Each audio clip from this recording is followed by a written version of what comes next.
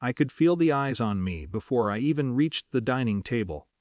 It had become a routine, one I had learned to endure with quiet resignation. Every Sunday, we gathered at my in-laws' house. Every Sunday, my wife found a new way to expose me as a failure. Sometimes it was subtle, a chuckle at my expense, a story told with a punchline at my cost. Other times it was blunt, almost ceremonial. "He can't manage his accounts," she said once, and the table had erupted in polite laughter. I had learned to smile thinly, nod, and let it pass. My pride was bruised, but I told myself endurance was dignity. Still, inside, every laugh, every whispered remark, stacked itself in a quiet tower of shame. I tried to meet it with calm, reminding myself I knew my worth even if they didn't. But sometimes, it felt like the weight of their perception would crush me anyway. This Sunday was no different. Plates clinked. The roast glistened under the soft kitchen lights. My wife leaned back in her chair, a triumphant smile tugging at her lips. "Remember last month," she said, voice perfectly pitched to carry across the table, "when he nearly forgot to pay the electricity bill?"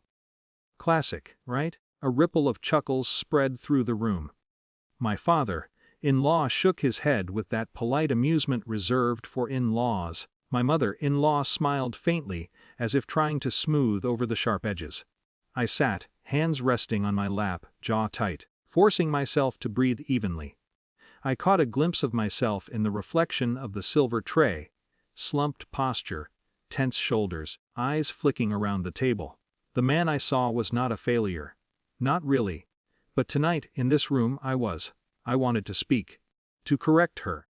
To tell everyone that I had been quietly handling things, paying bills, managing responsibilities, even navigating challenges they didn't see. But the words stuck somewhere in my throat. Pride tangled with fear of ridicule, and I stayed silent.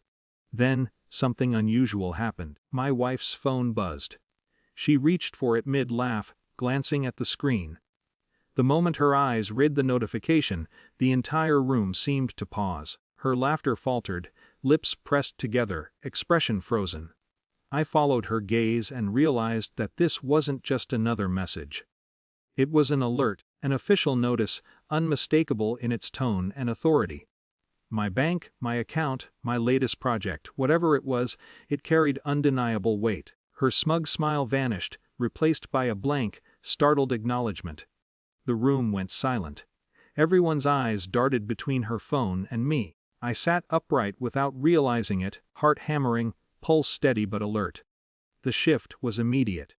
The authority embedded in that notification had rewritten the social order of the table.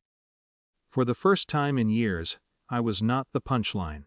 I was recognized, if only through circumstance, for competence and responsibility that had always existed, but had gone unnoticed. My wife's expression was unreadable, part embarrassment, part recalibration. She tried to recover, to deflect with humor, but it had lost its power. The timing, the undeniable evidence, and the gaze of our relatives made it impossible to continue as if nothing had changed. I felt a strange mixture of relief and lingering hurt. Relief because the balance had shifted, finally. Hurt because the mockery had lasted for so long, quietly eroding my self-image week after week. I realized that validation, when it arrives through the world, rather than directly from those who belittle you, carries both satisfaction and a bitter aftertaste. The conversation resumed slowly. The chatter was cautious now, voices lower, gestures more measured. My father-in-law nodded at me, a silent acknowledgement of responsibility and competence. My mother-in-law avoided looking directly at my wife, perhaps sensing the subtle rebalancing of authority. I sipped my drink, feeling the quiet pulse of control return to me. It wasn't dramatic. There was no triumphant declaration, no spectacle of revenge. Just recognition, quiet but undeniable. I could see that my wife was forced to recalibrate, to reconsider the image she had built of me before. The power that had always seemed hers, through laughter, whispers, and insinuations, had shifted in a single, restrained moment. Later, walking home, I reflected on the evening. Victory had come not from confrontation, not from shouting or humiliation, but from an external authority, a message, a notice, a confirmation of competence. That cut through pretense and expectation. It was calm, professional, almost mundane. Yet it carried the weight of years of quiet humiliation. I realized that pride and dignity are fragile, easily chipped away by repeated small acts of dismissal. But they are also resilient, capable of quietly returning when circumstances allow for recognition, even if the validation is indirect. I didn't gloat, I didn't revel. Instead, I allowed myself to breathe, to acknowledge that my self-worth had been intact all along, even if no one at that table had seen it until now. My wife would have to reckon with her own role in the dynamic, whether she acknowledged it or not. The room had changed, subtly, the way tides shift a shoreline. Nothing would be the same. And yet, the hurt lingered, not like pain that needs attention, but like a memory, a shadow that reminds me that endurance is not weakness, that quiet dignity can coexist with long periods of invisibility, and that recognition, when it finally comes, is all the more profound for having been delayed.